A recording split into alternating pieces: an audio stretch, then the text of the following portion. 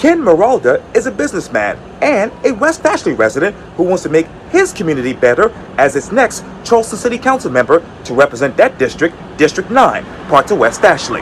I talk one-on-one with Ken for this edition of Quintin's Close-Ups, and if you haven't already, subscribe to my YouTube channel and like Quintin's Close-Ups on Facebook. Ken Marolda, welcome to Quintin's Close-Ups. Thank you. Nice to be here, Quintin. Oh, I appreciate it greatly. Needless to say, you are very skilled and you actually work in the property management area. You also are a West Ashley resident, and I believe now you're a candidate for City Charleston Council's District 9 seat. Yes, sir, I am. Tell me, with all your experience and all your, experience in the community as well, why Charleston City Council? Why now? I decided to run for Charleston City Council because the incumbent, Peter Sheed, is running for mayor, and so he has to give up his council seat. And I have worked with him on the Revitalization Commission for the last 3.5 years, of which he was chairman. And I was also neighborhood president of Avondale for 2 terms. And in those 2 positions, I had the opportunity to work on the challenges in the district, at least some of them, advising on various projects over the last few years. And I believe I've done what I can as a volunteer. I've certainly given a lot of time and effort, and I've invested my care into the community, and I want to do more, and I think I can do more as an elected official. I believe that my educational background in urban design at the College of Charleston and historic preservation at Clemson University prepare me to tackle some of the challenges that our district faces right now. So, in essence, my experience and my education are a match for the challenges that this district is struggling with, in my view. And so that's why I'm running. I have the time, and I'd like to work on them. I'd like to see what I can do for the community. And I will talk with you, that is, about those issues momentarily. But let me ask, in what ways are you engaging the constituents right now? So every single day I go door to door for 2 hours. And I plan out a route earlier in the day, and usually in the evenings, I'll knock on people's doors and meet them and talk with them and just try to understand what their perspectives are. And obviously, I want these people to vote for me. I hope that they would. But, there's a secondary benefit that I've learned as I'm doing this, which is I really I gain an understanding of how they see the problems. I see them from a certain point of view, from education and experience, but not all of them have been involved or have had the opportunity to come to meetings. And so I've had the chance to listen, to engage, to talk through some of these challenges with them. And again, I do that every day. I met with a gentleman for about 25 minutes in his living room yesterday, and that's okay. That's part of the reason I'm doing this, is to get really ground level experience with residents. And I go to different meetings. I've been attending the Charleston Water System Citizens Academy. Been doing that. Session 5 was last night. And so I did that after my canvassing. I did the Charleston Police Department Citizens Academy, and so learn about different institutions in our area and how they function. And, I serve on the Revitalization Commission still, so I attend those meetings. I attend city council meetings when there's projects relevant to my area or that I'm very passionate about, or I think I can bring an informed opinion. So that's how I've been engaged at this stage. You talk about the West Ashley Revitalization Commission. Is that commission dead or alive? I wouldn't categorize it as dead or alive. I think it has projects that have merit. At our last meeting, Eric Pullman presented an update on the projects that what he calls the implementation matrix of the projects that they'd hoped to see when the Revitalization Commission was formed. Some of those predate my tenure, but in addition to implementing projects, it's also an opportunity for the city, the PSD, to collaborate and to present. In this case, the Public Service District presented an update on their Piggly Wiggly site, which is at Parsonage Road. And I think it was a really great opportunity for residents to see the progress on that. I'd certainly been curious about it. And, I can call the district, the PSD anytime I want, but, other residents may not know who exactly is involved, and they just see a site and they want an update. So WARC also serves that purpose. It's advisory on these projects, but it's also a public input and educational or informative opportunity. So during my tenure, I believe that we've undertaken projects that have made a difference and that will make a difference. So creating design guidelines for the Design Review Board. I think that's a really powerful one that we've been working on, and it's taken a while, but you have to invest time and care into a project to see it, produce results. So I do believe that the commission is serving a purpose. You say it's serving a purpose, but you say it's and then you say it's not dead or alive, but is it on life support? That could be a way to put it. I mean, there's some stagnation. I will admit there is some stagnation, but that doesn't mean that no progress is being made. We've had issues with quorum and with people not attending, but we do have some new members now, and I'm very optimistic that they'll be more engaged. I'd like to see them more engaged. There are some members that have been on the commission for a while that remain engaged, and that speaks to the sense of investment that some community stakeholders really have. And seeing this commission as an opportunity for engagement and to have their perspectives voiced and incorporated into public policy. So that's how I view it. So, Let me ask you this, Mr. Quintin. How many projects are there currently that the West Ashley Revitalization Commission is tackling? the commission itself doesn't tackle the projects. It advises on projects that are being conducted by other entities, whether that's, since it's joint with Charleston County, the City of Charleston, and St. Andrews PSD. All three of those entities will come and present, and Charleston Water System has come and presented. Phazon, which is a private developer, Jimmy Palacios, who's developing the hotel. The idea is collaboration of all these different entities, private sector, county, city, PSD, and having a chance to talk through different problems, different perspectives. So that's really the purpose of it. It's not that the commission itself is designed to tackle it, but they all advise on and are aware of the different elements going on. And my apologies about that. I should know that. But let me ask you this, No, man. it's okay. How many projects are you guys being advised on?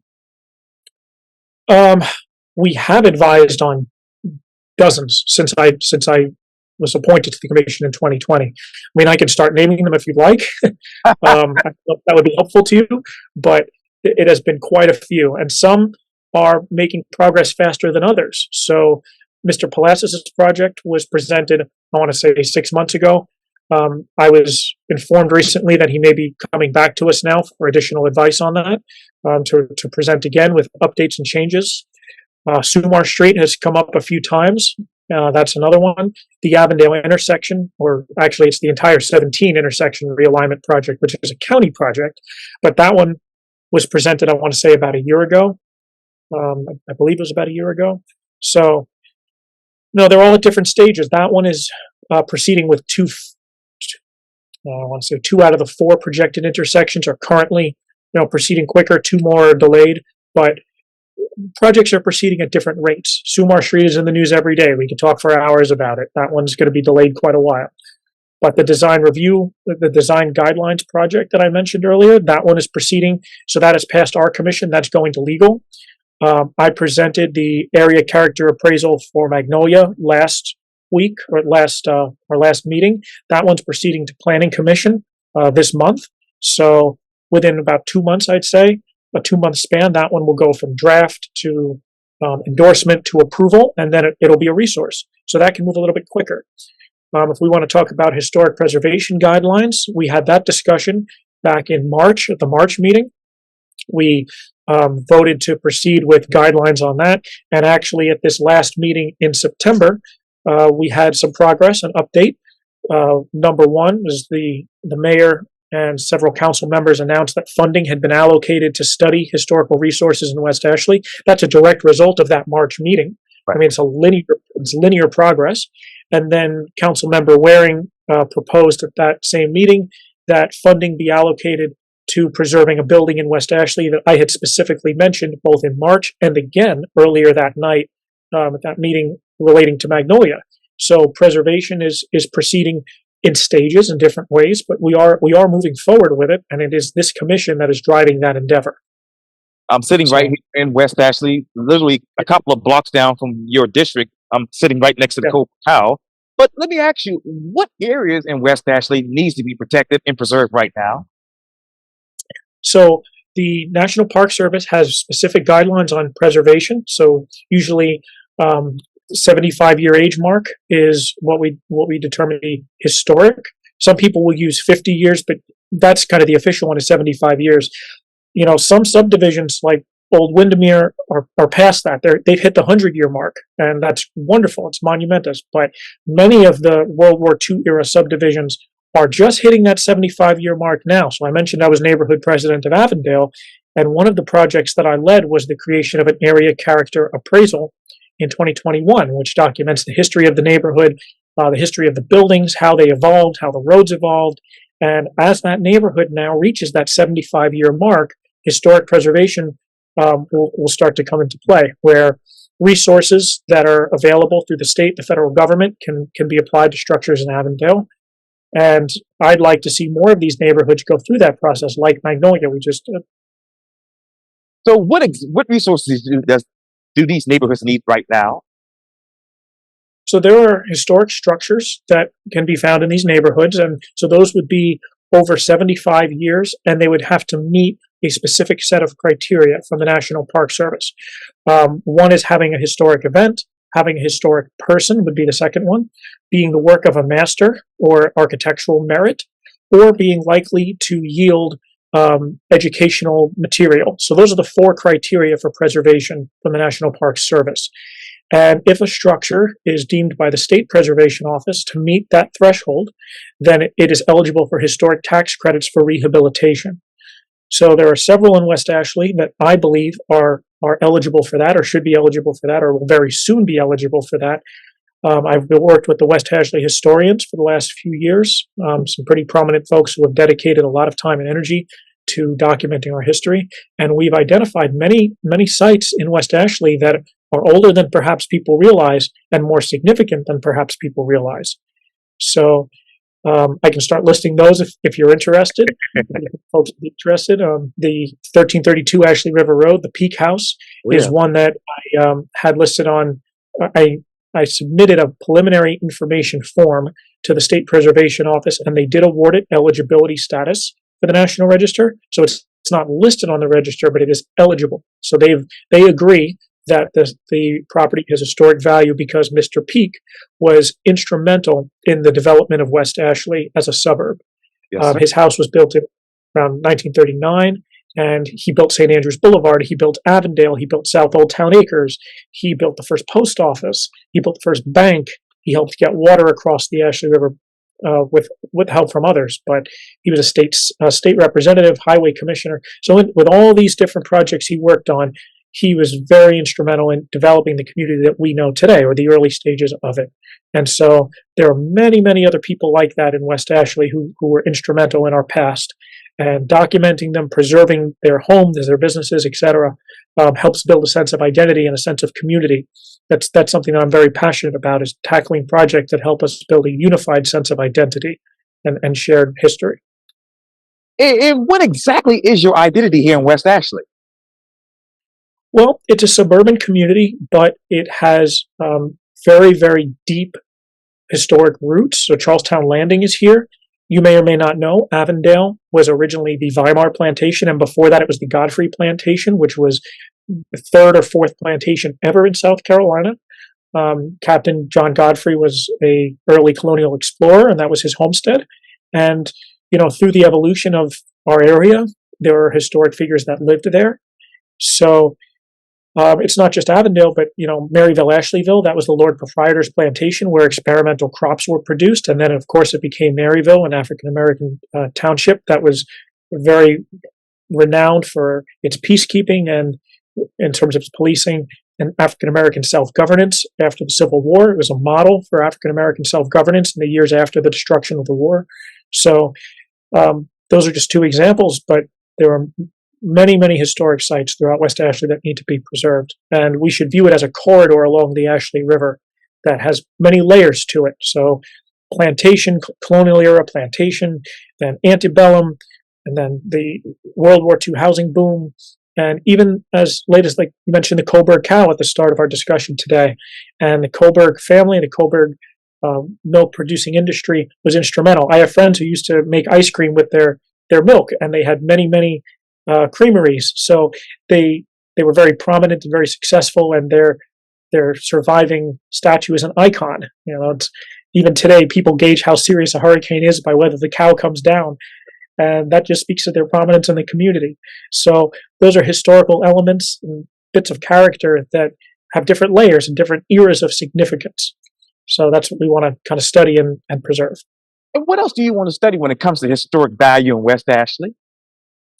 I think we need to study our road configurations and perhaps the value of them. So when we talk about why Magnolia and Avondale need to be realigned, well, that's because they were farm roads originally, and they weren't made for vehicles. And if we look at the historic maps, it shows us that. So when we're thinking about, well, why do we need to realign these roads? Well, we need to realign them to accommodate vehicles and pedestrians and bicycles that weren't thought of when the roads were planned 300 years ago during the colonial era, which Magnolia does date to. And tangentially related, we can look at roads having a different value. Oakdale Place in Avondale was the original plantation driveway for the Weimar plantation. It still has its oak canopy. We can look at a historic landscape and see the layers of history in it and experience them still. If you walk down Oakdale Place, shaded, it's cool, it's beautiful, and that is a direct result of our colonial era past. Oakdale goes back centuries. And so if we just think of it, well, it's a street that has houses on it. Yes, that's true. But before that, it was a grand driveway. And, there are many other streets in West Ashley. Fifth Avenue in Maryville and Ashleyville, it goes through both sides, was the oldest road in the state. And that was originally a plantation driveway for Joseph West's compound in 1670. So again, we have these beautiful oak trees that we all love. Well, that's where they come from. And so viewing it as a historic landscape and not just a road, that kind of a perspective talks to the shared history, the value that we place on these amenities. And you talk about obviously value throughout this particular interview thus far. As you know, West Ashley is a desirable place to live, and many people are moving here. But let me ask you, what are the last figures of population for District 9? I believe, as of November 2023, the city rearranged its districts. Each district has 12,500 people. That I believe is the current figure. And I want to ask you this too. So what is the biggest demographic in your district?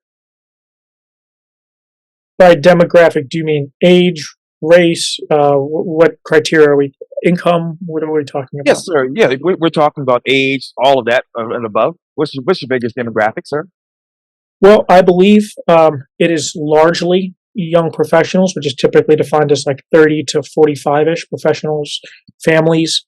There's an older segment of the population still, and it's largely white with a minority African American population.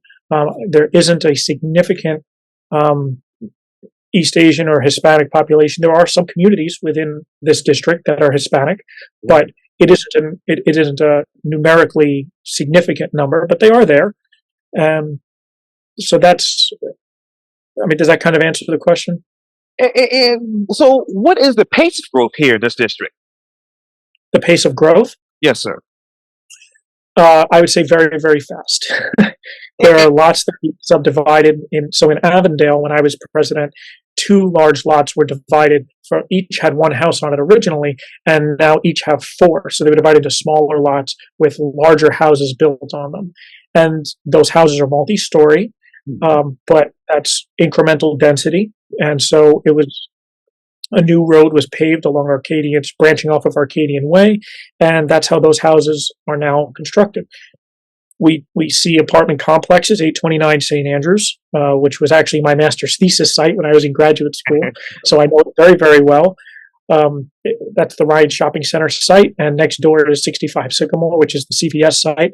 That one is going to get 233, I think, 34 apartments. We're looking at Ashley Landing, which is going to be redeveloped with the public shopping center. That one's going to get several hundred apartments as well. So to say that it's very quick, it's perhaps an understatement. It's happening very quickly, but also it's not a surprise because this trend started almost a decade ago now. So, where do you see this trend heading, Mr. Ken? I see shopping centers being redeveloped, and that's not a bad thing necessarily. I mean, if they're under rented and have vacant storefronts, they need to be redeveloped and they need to be updated and modernized. The trick is we have to make sure that when it happens, the communities aren't left behind in the process. And that means working collaboratively with developers rather than trying to fight them. That's a lesson that I learned as neighborhood president of Avondale and advising on the 829 St. Andrews project.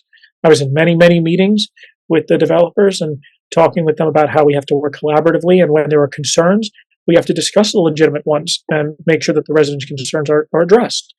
Um, so it's a very fine line to walk, and making sure that the communities aren't just bombarded, but that development can still happen, and that we keep a profitable market, because that's important too. I mean, I am a business owner, as we discussed, in District 9, and I want to see it stay a profitable market, but not at the expense of communities. And this is a basic question, but how profitable is District 9? Well, for my industry, housing, it is very profitable. I mean, the rental market is very, very strong. Housing market's very strong. The sale of houses has toned down a little bit since 21. 2021, 22 kind of peaked, and now it's toning down a little bit. But houses can still sell very quickly, under 24, 48 hours. The Concord, those condos will go in one day when they hit the market sometimes. So that just speaks to the strength of the market right now, of the housing market. So how many houses do you have versus apartments versus condos in District 9? I would say, well, there's many apartment complexes, and I don't have a figure on how many actual apartments there are, but I can name some of the apartment complexes. There are definitely more single-family houses than there are apartment complexes and condos. There are also some small-scale condos. People think of condominiums and they think of large buildings. That's not necessarily the case. I mean, along Arcadian Way is a great example. There's a structure that has they were probably built as 7-unit apartments originally, but they had been condoed into individual units. So that's just 7. That's not 230 or I think the Concord actually has close to 400, if I remember correctly, 415. So, yeah. How many single family homes do you need in the next 5 years to keep up with this growth? I don't think it's a question of single family homes versus apartments. So the Charleston area needs 60,000 units or housing dwelling units. That doesn't have to be condos, apartments, or single family homes. My proposed way to tackle the housing crisis is what's called missing middle housing. Missing middle is small scale multifamily that is usually a middle income demographic. So what we're talking about here is attic apartments, garage apartments, mother-in-law suites, ADUs, duplex, triplex, all the way up to 4 or 5 units.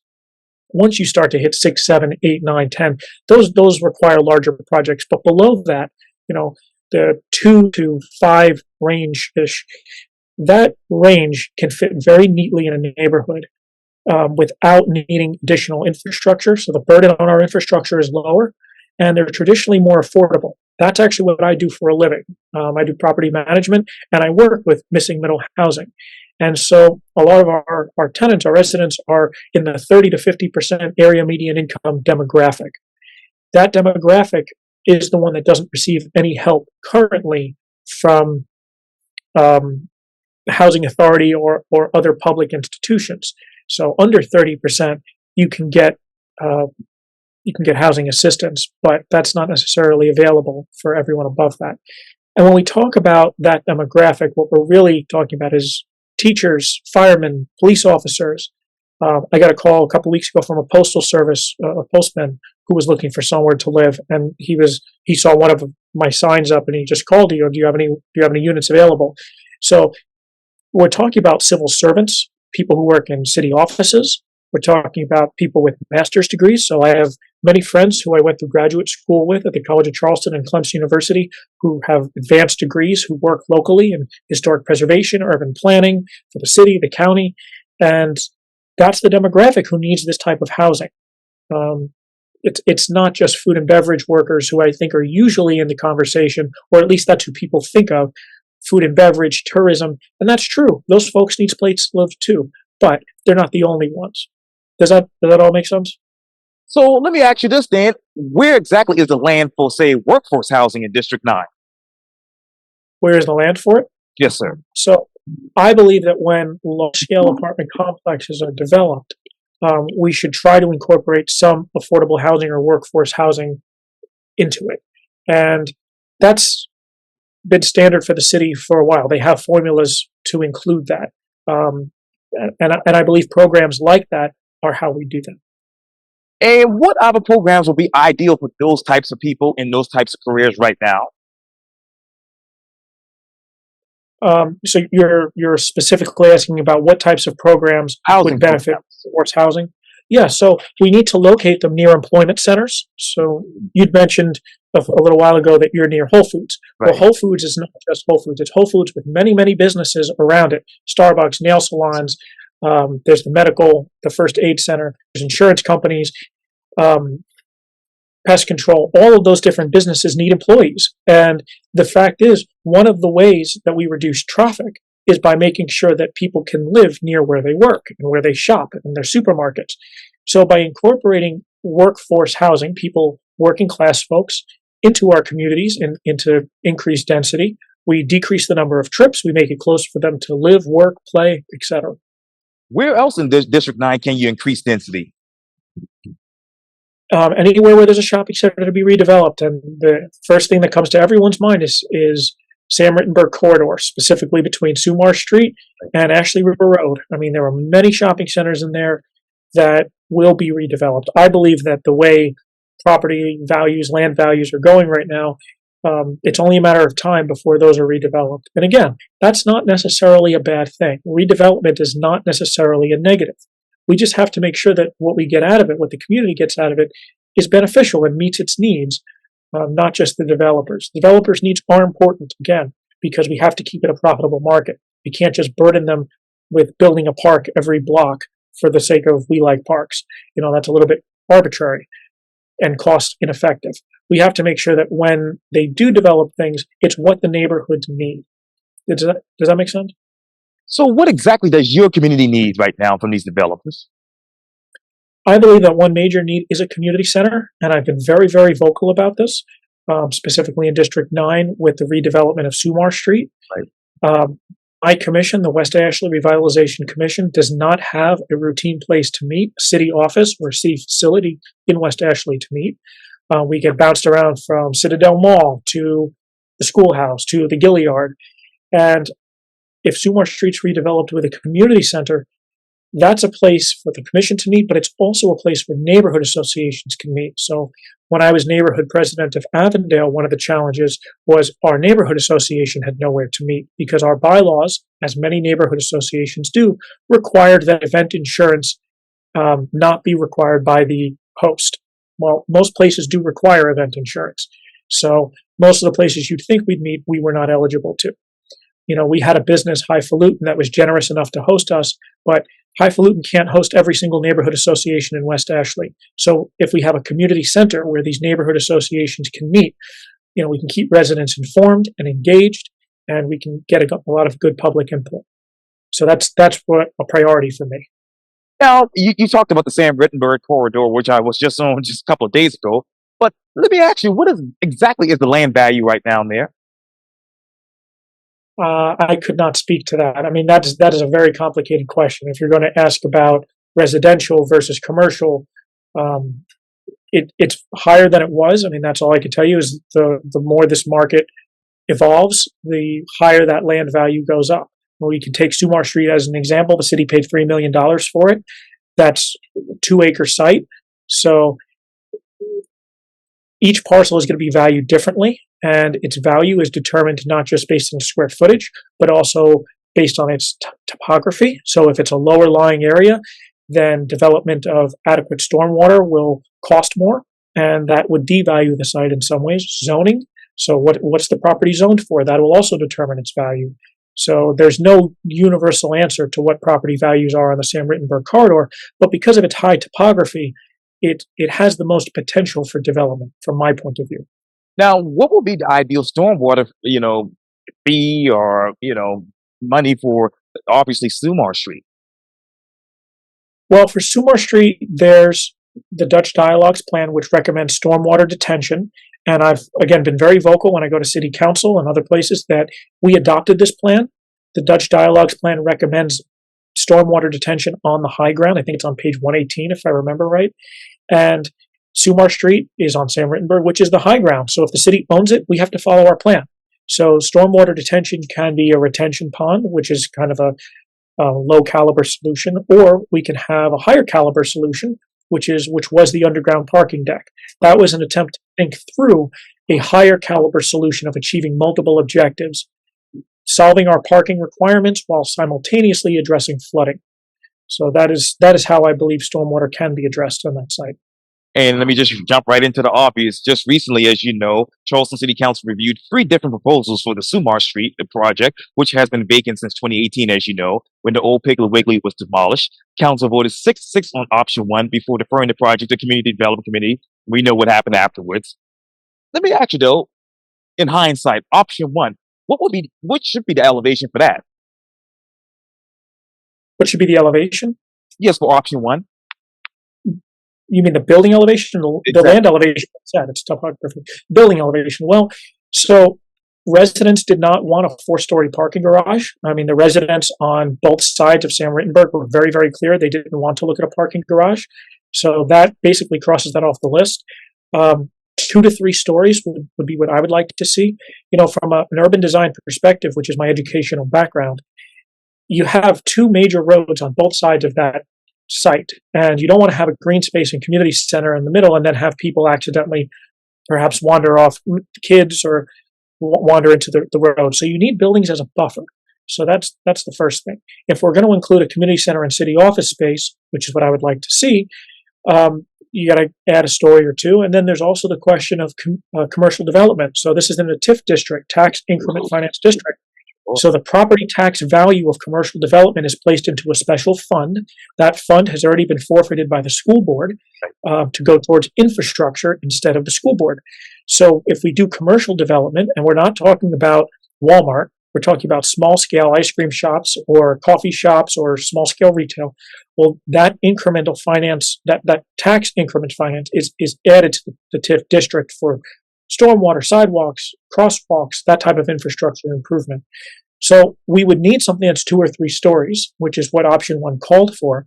But the other thing to think about, and this has not gotten a lot of attention, but I think it's very important, is the Charleston City Plan on its future land use map projected that this site, along with Ashley Landing, be what's called city center. City center is the highest category of future land use, highest density. So that's prescribing that these sites be used in a high density way, not just an open green space. There could be a green space component, absolutely. That could be a great amenity, but it can't just be an open green space. That is not what the plan recommended. And as I've said many times, if the city's going to pass a plan, whether it's Plan West Ashley, Dutch Dialogue, City Plan, we need to follow it. If the city's going to vote on something, you need to follow through on your word. I mean, how good is the city's word if we don't follow the plans that we adopt? And what signal does that send to the private sector? If we're not going to follow the things if the city's not going to follow its own plans, how can it expect the private sector to? So it's following through on our word, if that's what we're going to do. High investment, high return approach for Sumar Street. That's how I see it. So what ideal, obviously commercial development will be ideal besides what you just mentioned, the coffee shops and whatnot. What would be ideal that would match the vision for Sumar Street? Well, again, I'd like to see stormwater detention, community center, commercial activity to feed the TIF district. I would like to see some type of green space that, on the interior of the site. And when Ashley Landing is developed adjacent, I'd like to see the actual side of Sumar Street relate to Ashley Landing's development. So if we're going to have city offices along Sumar Street, it shouldn't look at the back of an apartment building. That apartment building through design review board should be made to be aesthetically pleasing to pedestrians on Sumar Street or cyclists. We want to activate it as an actual street, Sumar Street, rather than a driveway, a neglected driveway that it is now. So from an urban design perspective, you want the 2 sides of that street to relate to each other. That's what I would like to see. Hey, let me ask you, has anyone with the city done a recent study for the area to see if there's any flooding potential? Flooding potential? Yes, sir.